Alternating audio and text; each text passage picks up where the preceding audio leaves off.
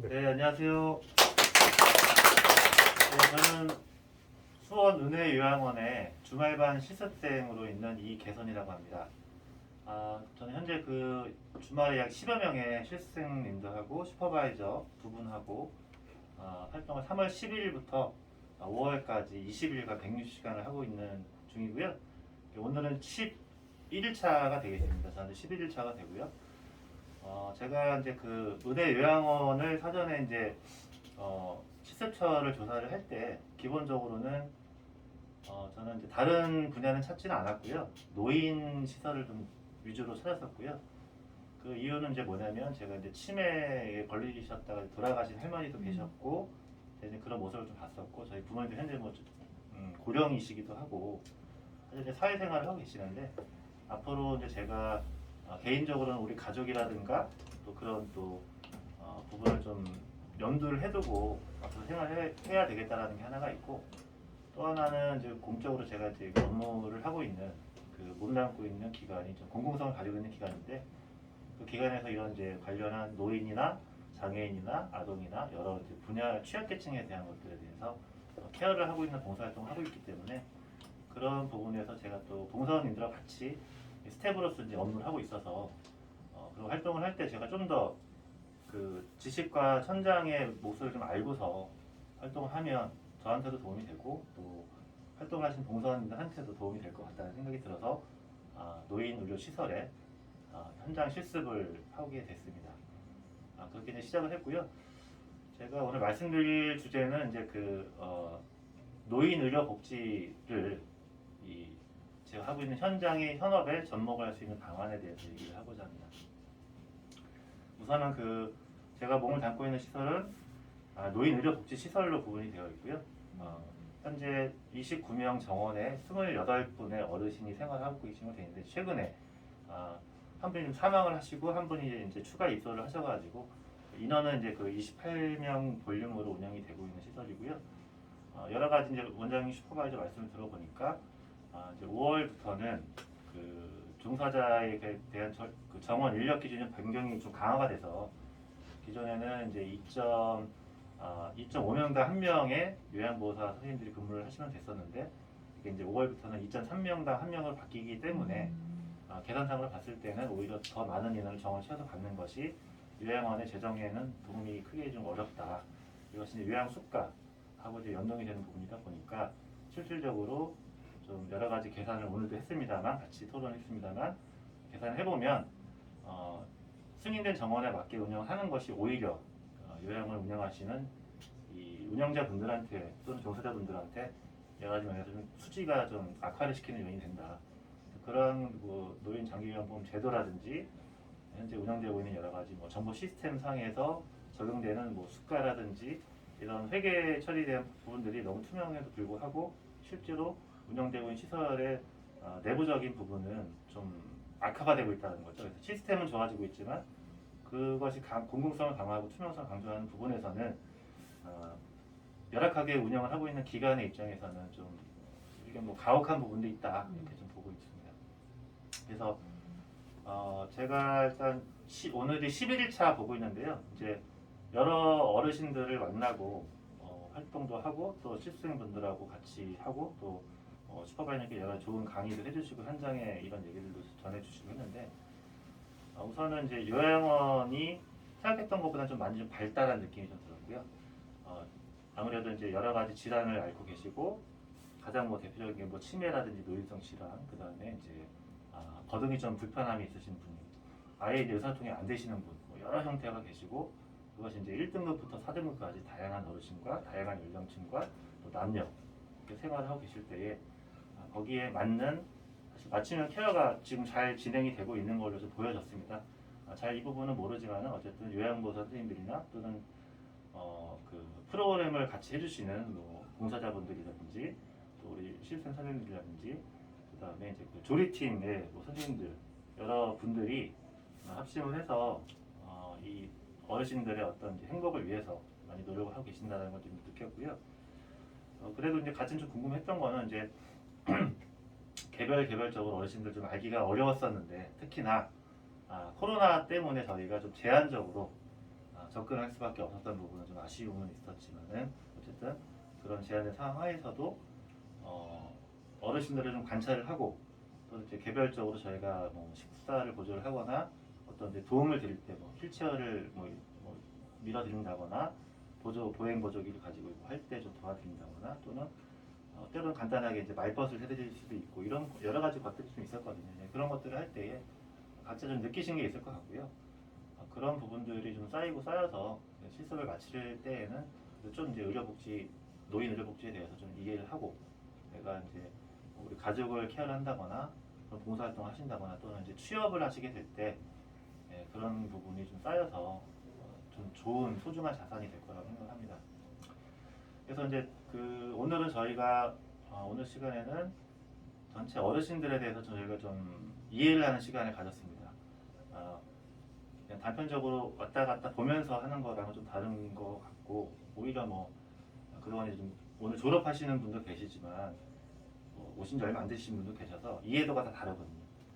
또 이제 또 남자 선수생은 여성 어르신을 좀 대하기가 좀 어려움이 있고 여성은 또 반대로 이런 것도 있고 또 이제 어르신 상태가 좀 다르다 보니까 어떤 분하고는 자주 컨택이 되는데 어떤 분은 뭐 아예 저희가 얼굴도 좀 보기 어려운 분도 계시고요. 그렇지만 어쨌든 그런 제가 봤을 때는 한 10분 정도는 계속적으로 보는 것 같아요. 10분 정도는 어쨌든 뭐 거실에서 뵙든 생활실에서 뵙든 이제 보조를 해드려야 되는 경우 유영보 선생님의 그런 부분 영역을 제외한 나머지 실증이 가능한 부분에서는 저희가 최선을 다하고 있는 모습이 좀 보기 좋았고 앞으로 이제 하시는 분들도 이걸 감안해서 이제 운영할 때 서로 이제 협업이라든가 소통이라든가 관계 형성을 참 잘 하시면 좋을 것 같다는 생각이 듭니다.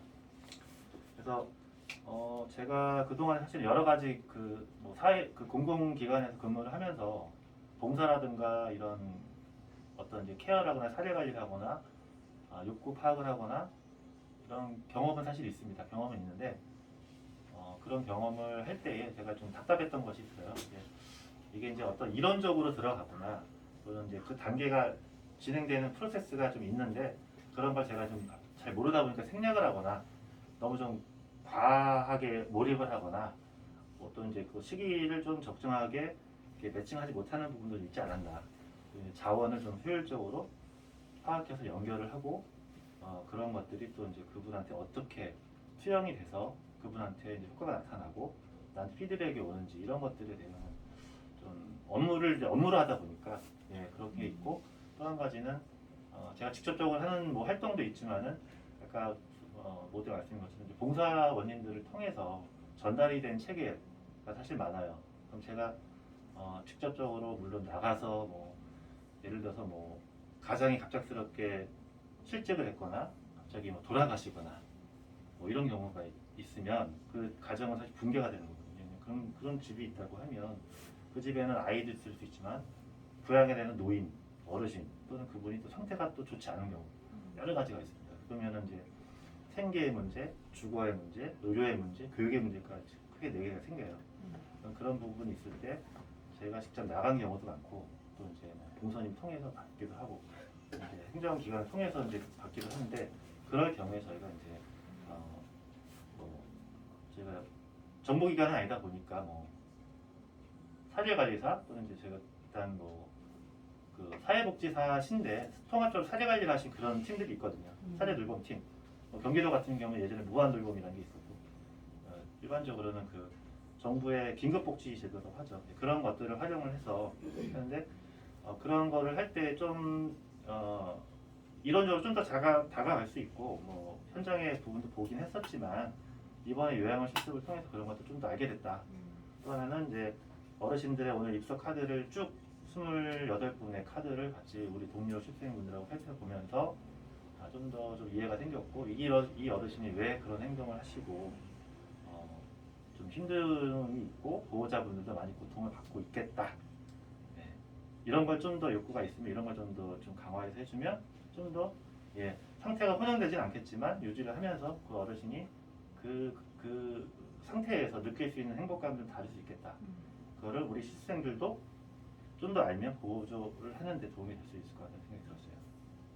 그래서 그런 부분을 가지고 제가 앞으로 남은 9일이 남아 있는데 그 9일 동안 이제 그런 걸 좀 더 감안을 해서 실습을 참여를 하면서 제가 또 먼저 좀 수동적으로 하기보다는 좀 더 할 수 있는 부분 능동적으로 찾아서 같이 뭐 우리 슈퍼바이저님의 지도와 또 우리 선생님들 조교 선생님들 또 조교가 되실 선생님들 또 앞으로 이제 후배 선생님들이 들어오실 것 같은데 예, 이번에 그 2022년 장기 요양 시설 우수기관 평가에서 최우수상을 우리 윤회 요양원이 받아가지고 아마 이게 뭐 4월 말에 이제 시상을 한다고 하는데 2017년도 9월 달인가요? 그때도 한번 받으셨어요.